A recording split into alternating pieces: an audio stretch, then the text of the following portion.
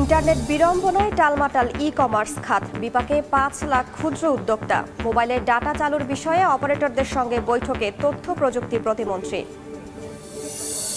সহিংসতা আর কারফিউয়ে নাকাল সুনামগঞ্জের পর্যটন খাত, একে একে বাতিল হচ্ছে হাউস বোটের বুকিং।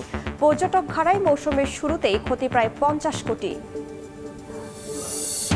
বন্যা আর সহিংসতায় স্থবিরতার পর সচল হতে শুরু করেছে সিলেট অঞ্চলের স্থলবন্দরগুলো। স্বস্তি শ্রমিক ব্যবসায়ীদের, নির্বিঘ্নে চলছে দুদেশের যাত্রী পারাপার। উন্নয়নের ছোঁয়া লাগেনি শত বছরের পুরানো মৌলভীবাজারের শমশেরনগর রেল স্টেশনে। নজরদারির অভাবে দখলদারদের দৌরাত্ম্য, নির্বিকার কর্তৃপক্ষ।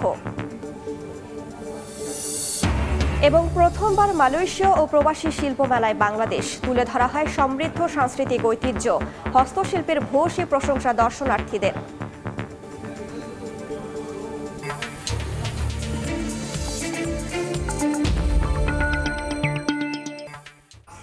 দেখছিলেন শিরোনাম। আমন্ত্রণ জানাচ্ছি দেশ ও দেশের বাইরের অর্থ বাণিজ্যের নানা খবর নিয়ে আমাদের নিয়মিত আয়োজন এ সময়ের বাণিজ্যে। আপনাদের সঙ্গে আছি আমি রাইসা জান্নাত। দেশে টানা কয়েকদিন ইন্টারনেট বন্ধ থাকার প্রভাব পড়েছে ই-কমার্স খাতে। ব্যবসায়ীদের দৈনিক ক্ষতির পরিমাণ ঠেকেছে ১২০ কোটি টাকায়। এছাড়া ১০ দিন ধরে সামাজিক যোগাযোগ মাধ্যম বন্ধে বিপাকে পড়েছেন অন্তত ৫ লাখ উদ্যোক্তা। E-commerce association of Bangladesh e-CAB বলছে, শুধু ফেসবুক পেজ নির্ভর ৫০ থেকে ৬০ হাজার উদ্যোক্তার দিনে ক্ষতি হচ্ছে প্রায় ২৫ কোটি টাকা। আলতাফ হোসেনের রিপোর্টে বিস্তারিত।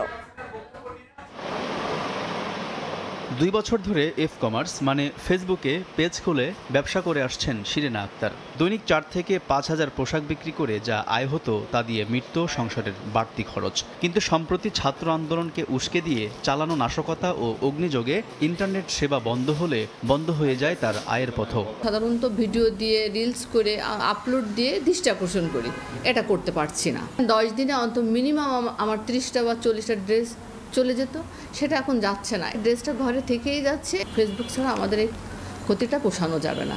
শুধু ফেসবুক ব্যবহার করে পণ্যের প্রচার করা নিতাই সরকারের ই-কমার্স ব্যবসায় প্রতিদিনের ১.৫ লাখ টাকার অর্ডার নেমেছে ১০ থেকে ১৫ হাজার টাকায়। তার মতোই ব্যাপক ছন্দপতন হয়েছে আলাউদ্দিনের অনলাইন ব্যবসায়। যেখানে আমাদের প্রতিদিন আমরা ১৫০ থেকে ২০০ অর্ডার আমরা প্রসেস করি, ওইখানে আমাদের ৫ থেকে ৭টা অর্ডার আমরা প্রসেস করতে পারতেছি না। মানসিকভাবে আমি বিপর্যস্ত হয়ে গেছি।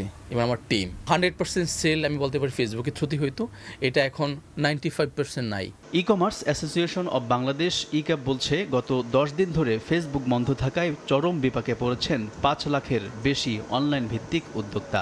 যেখানে ই-কমার্স ব্যবসায়ীদের দৈনিক ক্ষতির পরিমাণ ঠেকেছে ১২০ কোটি টাকায়। আর শুধু ফেসবুক পেজ নির্ভর ৫০ থেকে ৬০ হাজার উদ্যোক্তাদের দিনে ক্ষতি হচ্ছে প্রায় ২৫ কোটি টাকা। কিছু ক্ষুদ্র উদ্যোক্তা যারা একেবারে কম পুঁজি নিয়ে শুরু করছে, তারা কিছু ঝরে পড়ে যাবে। এটা যদি কন্টিনিউ করে, নতুন করে এখানে আসতে চাচ্ছে, তারা একটু পিছু হটবে। বিদেশি বিনিয়োগকারী যারা হয়তো বিনিয়োগ করার কথা ভাবছে, সেই জায়গাটাতে আমরা বড় একটা ধাক্কা খাবো। ক্ষতির মুখে পড়া ক্ষুদ্র উদ্যোক্তাদের ঝরে পড়া ঠেকাতে আর্থিক সুবিধা দেওয়ার পাশাপাশি সরকারকে নতুন কর্মকৌশল সাজানোর তাগিদ অর্থনীতিবিদদের।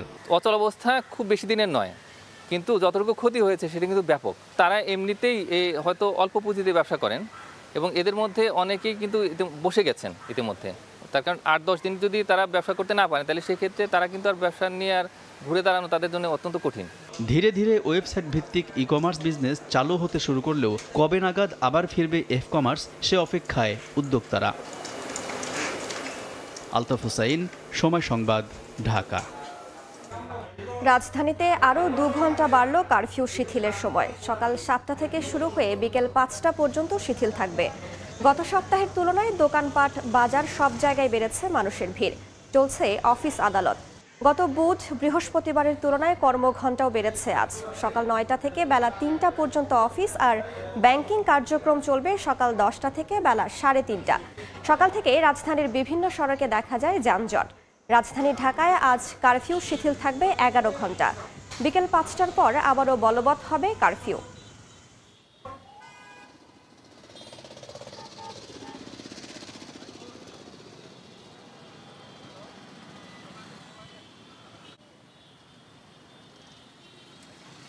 মোবাইল অপারেটরদের সঙ্গে বৈঠকের পর বিটিআরসি মিলনায়তনে কথা বলছেন ডাক, টেলিযোগাযোগ, তথ্য প্রযুক্তি প্রতিমন্ত্রী জুনায়েদ আহমেদ পলক। সরাসরি যাচ্ছি সেখানে। পর্যায়ে আসতে পারছি এর জন্য ধন্যবাদ সব পক্ষকে।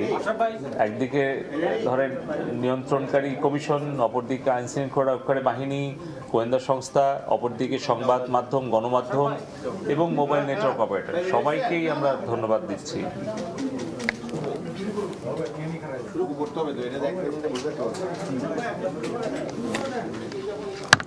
সবাই অনুমতি দিলে আমরা শুরু করি। এখন নিশ্চয়ই আপনারা তৈরি, তাই না? সব হ্যাঁ, ঠিক আছে। কারণ জি, আমি আনুষ্ঠানিকভাবে আমাদের সংবাদ সম্মেলন শুরু করছি। আজকে আপনারা জানেন যে আমরা পূর্বে নির্ধারিত একটি বৈঠক আমরা কিছুক্ষণ আগেই আমরা সমাপ্ত করেছি। আমাদের আজকের বৈঠকের মূল উদ্দেশ্য ছিল যে বাংলাদেশ টেলিকম রেগুলেটরি কমিশনে বসেছিলাম আমরা। আমাদের ডাক টেলিযোগাযোগ সচিব মহোদয় ছিলেন, আমাদের এনটিএমসি ডিজি মহোদয় এবং ডিজিএফআই, এনএসআই, বিভিন্ন গোয়েন্দা সংস্থার প্রতিনিধিবৃন্দ। সাথে ছিলেন আমাদের 4টি যে মোবাইল নেটওয়ার্ক অপারেটর, জিপি, রবি, বাংলালিংক এবং টেলিটক। তার সাথে আমরা আরও 4টি নেতৃত্ব দানকারী এমএফএস সলিউশনকে ডেকেছিলাম আমরা, বিকাশ, নগদ, রকেট এবং উপায়। কারণ আমরা সারা বাংলাদেশে বর্তমানে যে 19 কোটি মোবাইল সিম গ্রাহক আছে, যারা বাংলাদেশে প্রায় 13 কোটির বেশি ইন্টারনেট ব্যবহারকারী আছে, আমি ব্যক্তিগতভাবে মনে করি যে বাংলাদেশের নাগরিক কিন্তু 14 কোটি মানুষ ইন্টারনেট ব্যবহার করে। বাংলাদেশের ভূখণ্ডে বসে বাংলাদেশে mobile network, fixed broadband connectivity মিলিয়ে 13 কোটি, কিন্তু বাংলাদেশের বাইরে যে 1 কোটি প্রবাসী ভাই বোনেরা থাকে, তারাও কিন্তু মোবাইল ফোন ব্যবহার করে এবং ইন্টারনেট ব্যবহার করে। তো সেই ক্ষেত্রে কিন্তু বাংলাদেশে বলতে গেলে 14 কোটির ওপরে মানুষ ইন্টারনেট ব্যবহার করে। তো আপনারা জানেন যে গত 17 জুলাই থেকে 27 জুলাই, আজকে 28 জুলাই, এই 10 দিন সময়ের মধ্যে আমাদের বিভিন্ন পর্যায়ে মোবাইল নেটওয়ার্ক 4G এটা আমরা অনেক ক্ষেত্রে সাময়িকভাবে কিছু কিছু জায়গায় 17 এবং 18 তারিখে আইন শৃঙ্খলা রক্ষাকারী বাহিনী এবং গোয়েন্দা সংস্থার অনুরোধ এবং নির্দেশনা পরামর্শ সাপেক্ষে আমরা বিটিআরসি থেকে, এনটিএমসি থেকে প্রযুক্তিগত সহায়তা প্রদান করি। সেটা হচ্ছে নিরাপত্তা এবং শৃঙ্খলা রক্ষার স্বার্থে কিছু কিছু জায়গায় সাময়িকভাবে। এবং 18 তারিখ বৃহস্পতিবার, জুলাই 18 তারিখ বৃহস্পতিবার বিকাল 3টা থেকে রাত 9টা পর্যন্ত মহাখালীর ত্রাণ পুনর্বাসন অধিদপ্তরের নিচতলায় সেখানে সার্ভার একটি সম্পূর্ণ পুড়িয়ে দেওয়া হয়। এখানে আপাতত তথ্য উপাত্ত এবং বিভিন্ন প্রযুক্তিগত বিশ্লেষণে দেখা যাচ্ছে যে সেখানে বেশ কিছু চিহ্নিত সন্ত্রাসী যারা ইতিমধ্যে গ্রেপ্তার হয়েছে, তাদের কাছে তথ্য উপাত্ত সংগ্রহ করেছে আমাদের আইনশৃঙ্খলা রক্ষাকারী বাহিনী। দেখা যাচ্ছে যে এখানে একটা পরিকল্পিতভাবে একটা সন্ত্রাসী গোষ্ঠী আমাদের ওখানে ডেটা সেন্টার পুড়িয়ে দেয় এবং ওই এলাকায় যে 3টা ডেটা সেন্টার আছে সেখানে যেই সোর্স অফ ইন্টারনেট এবং যেই ইলেকট্রিসিটি সেই কেবলগুলো পুড়িয়ে দেয় এবং সেখানে যে একটা ভীতিকর অবস্থা সৃষ্টি হয়, জীবনের ঝুঁকি নিয়ে সেই সময় ডেটা সেন্টারে যারা কাজ করছিল তারা কিন্তু সেই ডেটা সেন্টারের কার্যক্রম শাটডাউন করতে বাধ্য হয় এবং ওই একটা ডেটা সেন্টার পুড়ে যাওয়া, আরও বাকি 2টো ডেটা সেন্টারের সোর্স অফ ইন্টারনেট এবং ইলেকট্রিসিটি কেবল পুড়ে যাওয়া এবং সারা দেশে শত শত কিলোমিটার ফাইবার অপটিক্যাল কেবল যেগুলো ওভারহেড ছিল আইএসপির, সেগুলো সন্ত্রাসীরা অগ্নিসংযোগ করে পুড়িয়ে দেয়, কেটে ফেলে।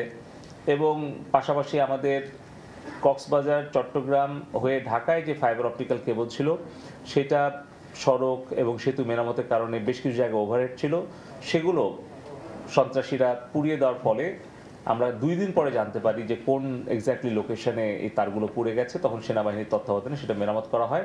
ফলে আমাদের একটা মাত্র কুয়াকাটা সাবমেরিন কেবলের স্টেশনটি ওপেন থাকে।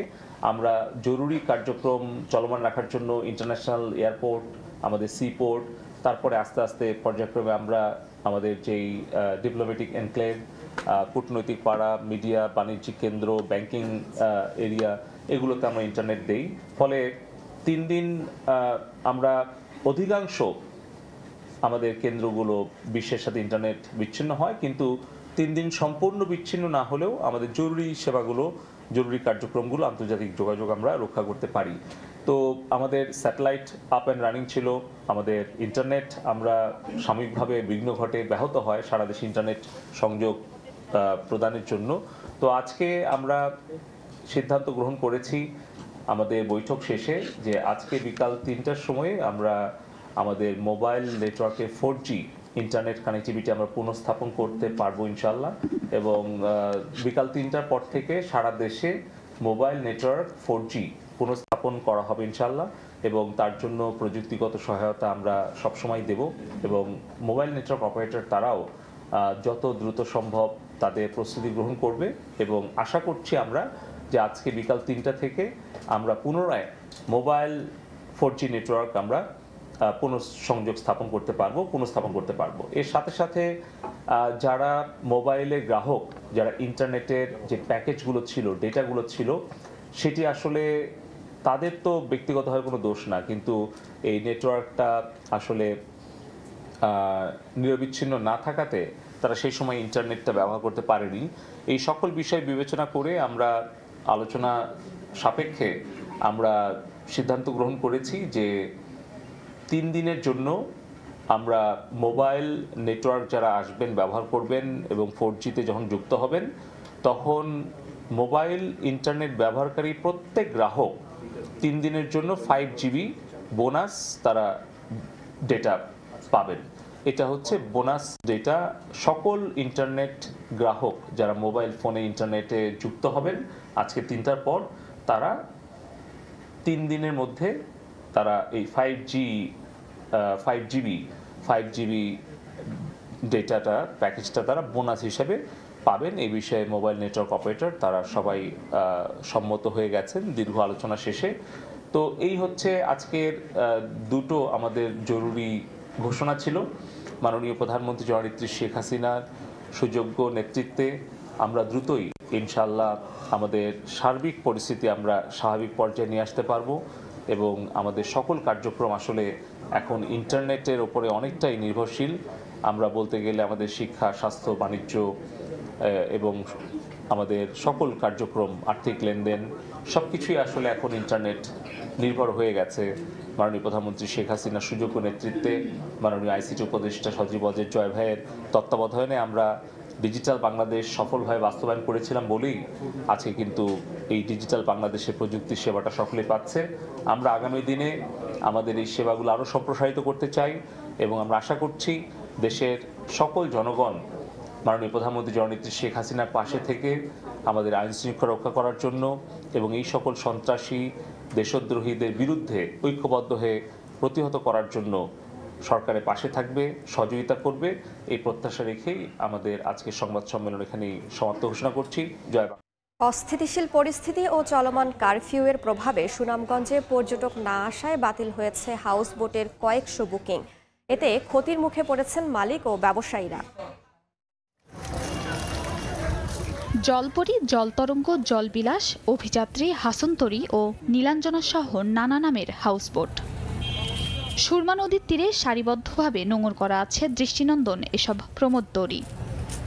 হাউসবোটগুলো সুনামগঞ্জ পৌর শহরের সুরমা নদীর সাহেববাড়ি, মল্লিকপুর লঞ্চঘাট, বৈঠাখালী, অচিন্তপুর, ওয়েজখালী ঘাট থেকে মনোমুগ্ধকর টাঙ্গুয়ার হাওর, নীলাদ্রি লেক, লাকমাছড়া, জাদুকাটা নদী, শিমুলবাগান, নীল ঝর্ণা সহ বিভিন্ন পর্যটন এলাকায় দাপিয়ে বেড়ায়। তবে পরপর 2 দফা বন্যা এবং কোটা সংস্কার আন্দোলনের প্রভাব পড়েছে এ ব্যবসার উপর। আমরা আজকে 7 দিন ধরে বয়ে রয়েছি, আমাদের খানি কুনি কোনো কিছু নাই। ফ্যামিলি নিয়ে অনেক কষ্টে আছি। আমরা তো দিন মজুর, যে দিন আনি দিন খাই, বোট চালামো, বেতন পামো, কামো। চলমান কারফিউয়ের কারণে নেই পর্যটকের আনাগোনা। ইতোমধ্যে পর্যটকরা তাদের বুকিং বাতিল করেছেন। এতে অলস সময় পার করছেন হাউসবোটে থাকা চালক ও শ্রমিকরা। মালিক ও ব্যবসায়ীরা বলছেন ক্ষতির মুখে পড়েছেন তারা। সিজনের শুরুতে 2টা বন্যা গেছে, এখন তো সবারই ওই প্রথম থেকেই লস। 8 মাস তো এমনিতেই বন্ধ থাকে, তো 4 মাসের মধ্যে যদি আমাদের যে কয়দিনই বন্ধ থাকে ওই কয়দিনে আমাদের অর্থনীতির জন্য অনেক লস। আমাদের উপরে অনেকগুলো ফ্যামিলি নির্ভরশীল, আমাদের নিজেদের ফ্যামিলি আছে। শুধু পর্যটন খাতেই প্রায় 50 কোটি টাকার ক্ষতি হয়েছে দাবি চেম্বার অব কমার্সের। প্রায় 50 কোটির মতো আমাদের ক্ষতিগ্রস্ত হয়েছে এখানে। পাশাপাশি আমাদের অন্যান্য যে সেক্টরগুলো আছে সেই সেক্টরগুলোর সহ প্রায় আমাদের 200 কোটি টাকার মতো ক্ষতিগ্রস্ত হয়েছে। টাঙ্গুয়ার হাওরে পর্যটক ভ্রমণের জন্য ছোট বড় 200 থেকে 300 নৌকা আছে আর হাউসবোট রয়েছে 125টি। সময় সংবাদ, সুনামগঞ্জ। দেখছেন এ সময়ের বাণিজ্য। কারফিউ শিথিলতায় ছন্দ ফিরেছে সিলেট অঞ্চলের তামাবিল বন্দরে। টানা কয়েকদিনের সহিংসতা কাটিয়ে এখন পুরো দমে সরব তামাবিল সহ সবকটি স্থলবন্দর ও শুল্ক স্টেশন। একের পর এক ঢুকছে ট্রাক, পাথর ভর্তি ভারতীয় ট্রাক তামাবিল স্থলবন্দরে মালামাল খালাস করে ফিরে যাচ্ছে। টানা কয়েকদিনের সহিংসতা আর কারফিউ শেষে আবারও চিরচেনা রূপে ফিরেছে বন্দর। এতে খুশি ব্যবসায়ী ও শ্রমিকেরা, পাশাপাশি নির্বিঘ্নে যাওয়া আসা করছেন দুদেশের যাত্রীরা।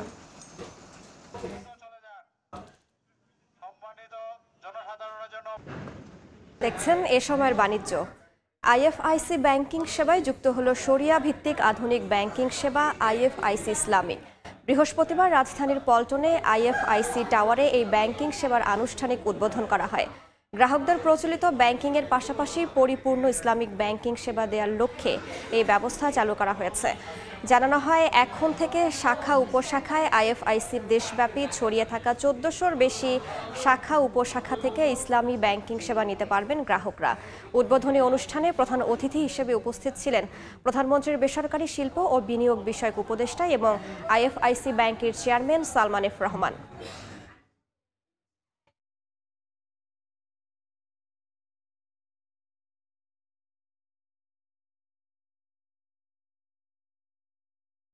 দেখছেন এ সময়ের বাণিজ্য।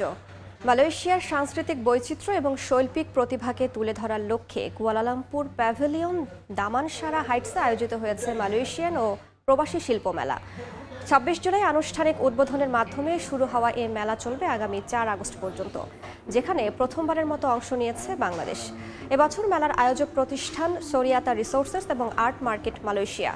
মেলায় বাংলাদেশ হাই কমিশনের তত্ত্বাবধানে women and e commerce Malaysia chapter অংশ নিয়েছে। দুটি প্রদর্শনী বুথে বৈচিত্র্যময় পরিসরে বাংলাদেশি হস্তশিল্প, গৃহসজ্জা, ঐতিহ্যবাহী পোশাক, গহনা, খাবার এবং পানীয় পণ্য প্রদর্শন করা হয়েছে। দর্শনার্থীরা বৈচিত্র্যময় বাংলাদেশি পণ্য, বিশেষ করে হস্তশিল্পীর ভূয়সী প্রশংসা করেন।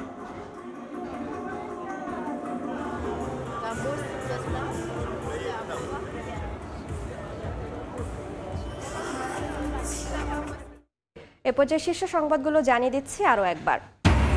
11 দিন পর বিকেল 3টা থেকে চালু হচ্ছে মোবাইলের 4G সেবা। 3 দিন মেয়াদে 5 GB ডাটা বোনাস পাবেন গ্রাহক। ফেসবুকের প্রতিনিধিকে বিটিআরসিতে তলব। সহিংসতা, কারফিউয়ে নাকাল সুনামগঞ্জের পর্যটন খাত। একে একে বাতিল হচ্ছে হাউস বোটের বুকিং। পর্যটক খরায় মৌসুমের শুরুতেই ক্ষতি প্রায় 50 কোটি। বন্যা আর সহিংসতায় স্থবিরতার পর সচল হতে শুরু করেছে সিলেট অঞ্চলের স্থলবন্দরগুলো। স্বস্তি শ্রমিক ব্যবসায়ীদের, নির্বিঘ্নে চলছে দুদেশের যাত্রী পারাবার।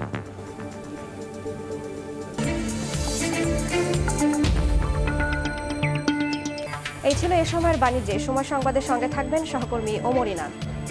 আপনাকে ধন্যবাদ। সময় সংবাদ নিয়ে ফিরছে কিছুক্ষণ পর, সঙ্গে থাকুন সময়ে।